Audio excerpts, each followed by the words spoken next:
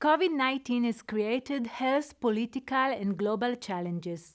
The pandemic forced the world leaders to cope with uncertainty and in many cases generated crises and tremendous losses for health, welfare, and economic systems. The coronavirus brought the world's leaders to the center of the media stage, where they not only managed the COVID-19 pandemic, but also communicated it to the public. We all watch them almost every day and night through the television screen or through social media. How did the world leader communicate the guidelines to the public during the crisis? How did they motivate the public?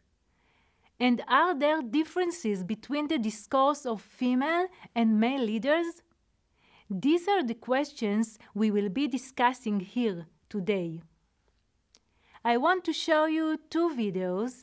The first feature Prime Minister Benjamin Netanyahu, and the second feature Jacinda Ardern, New Zealand Prime Minister.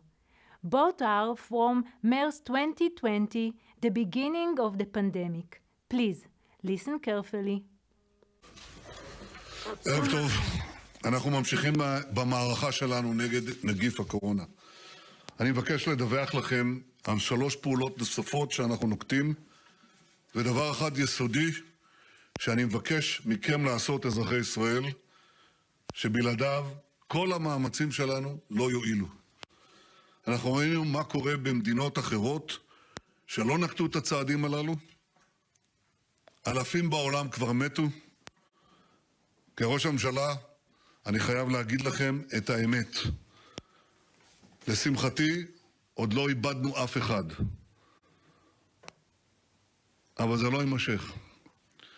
אתם תשמעו תכף הערכות של משרד הבריאות על כמה קורבנות אנחנו יכולים לספוג אם לא נשנה את ההרגלים שלנו. וזו מגפה באמת קשה. זה לא משחק ילדים, זה לא חופש גדול, זה עניין של חיים או מוות. There is huge uncertainty out there right now, but one thing I am certain of, we are a nation that has been shaped because of our experiences, and they often have been tough, harsh, and unpredictable. That is when New Zealanders are at their best. That is when we rally, when we look after one another, when we care for the most vulnerable. So, Mr. Speaker, my final message is this to New Zealanders. Be strong, but be kind. We will be okay.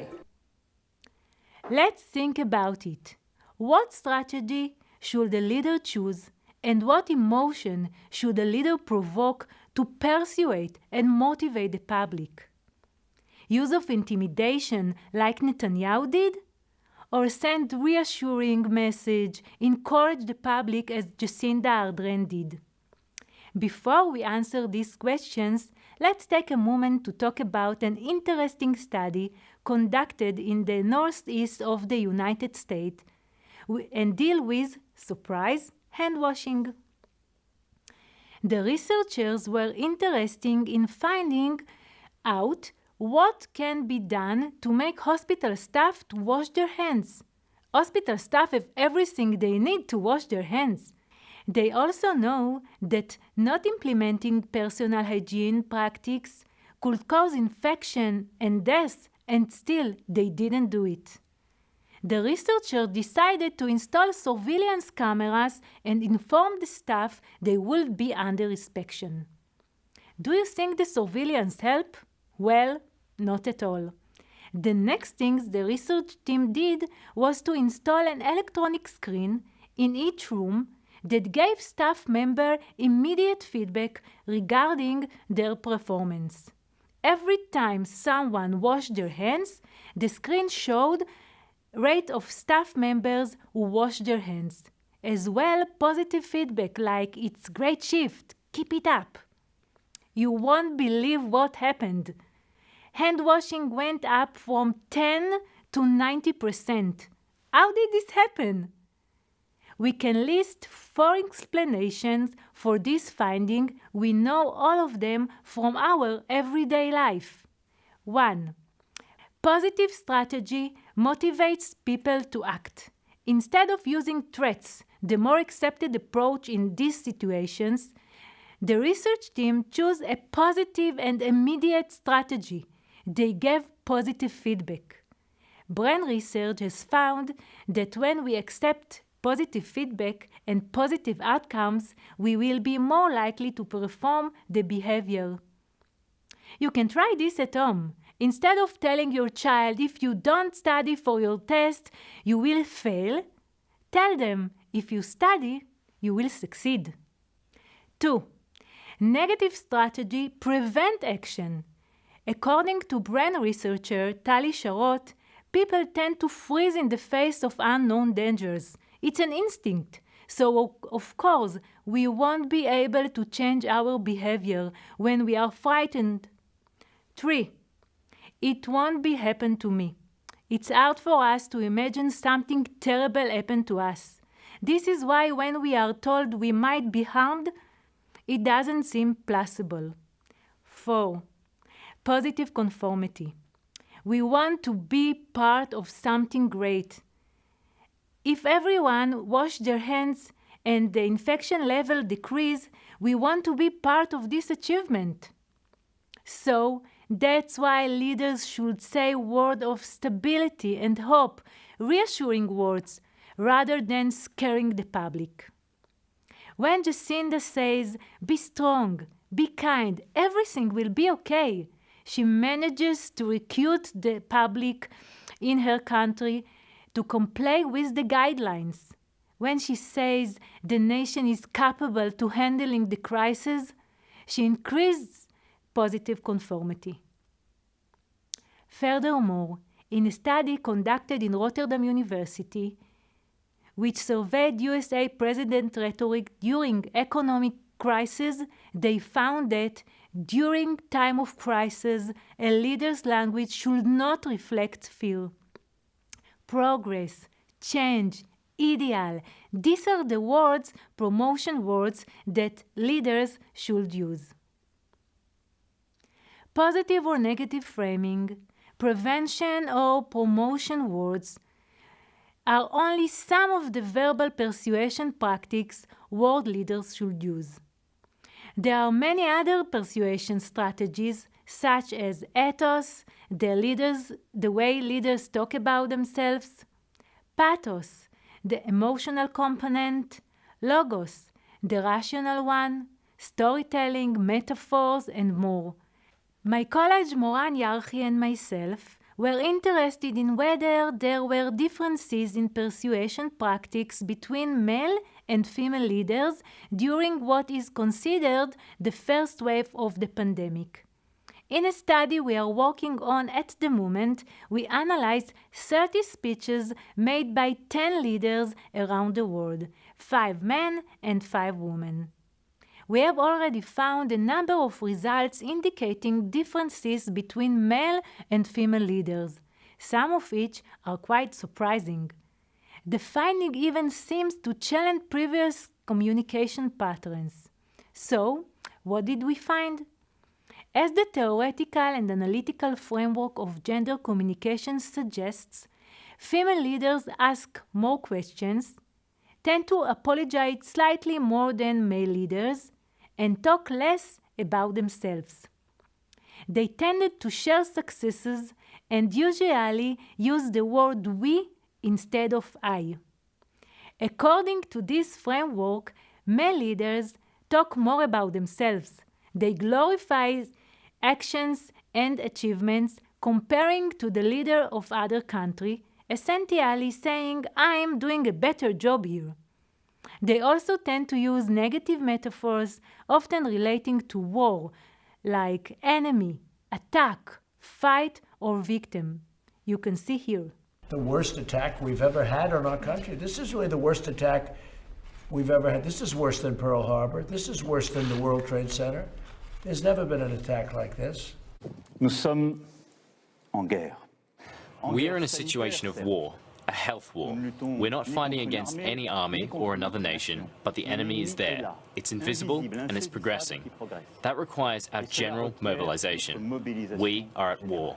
And all the government's action and all the parliament's action has now got to turn towards the fight against this epidemic.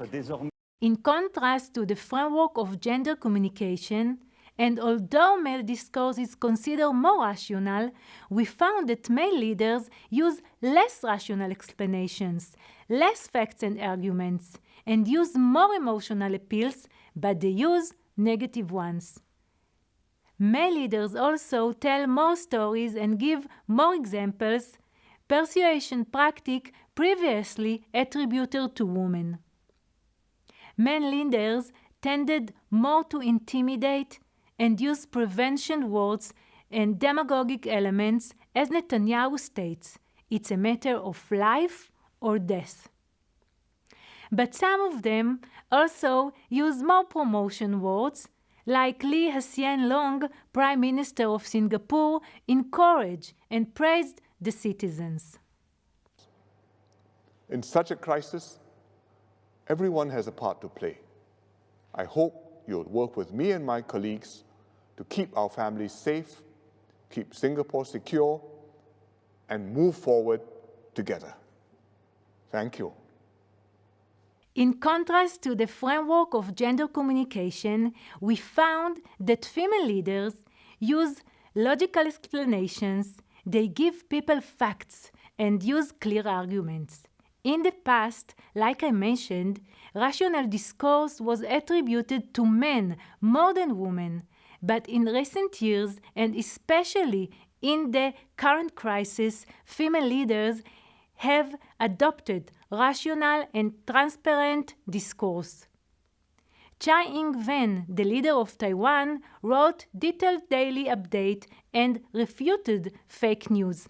Angela Merkel, the Chancellor of Germany, explained to the public exactly how the curve is going to look.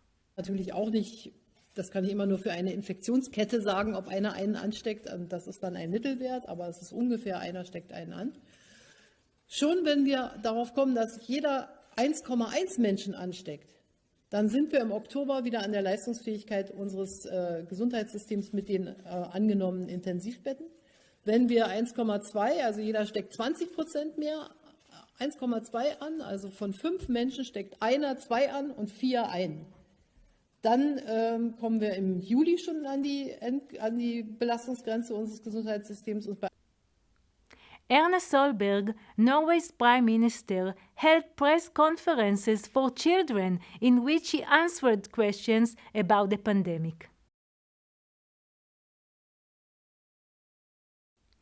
Female leaders also tend to offer more solutions to problems, a finding that challenged the old pattern that suggests that women do not engage in practical discourse. Other study conducted by researchers from Israel found a significant difference between men and women leaders with regards to nonverbal communication behavior during the COVID-19 crisis.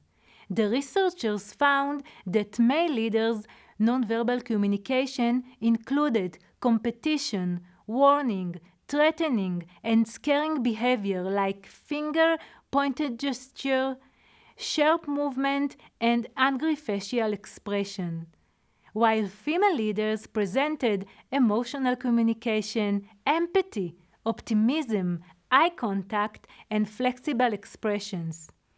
Female leaders use round hand movements, extensive facial expressions, and expressive voice. Finally, female leaders may have adopted part of the male discourse, but they did it with empathy, relaxed appearance, style, and smile. All of these seem to be what helped them to manage the crisis better in their countries.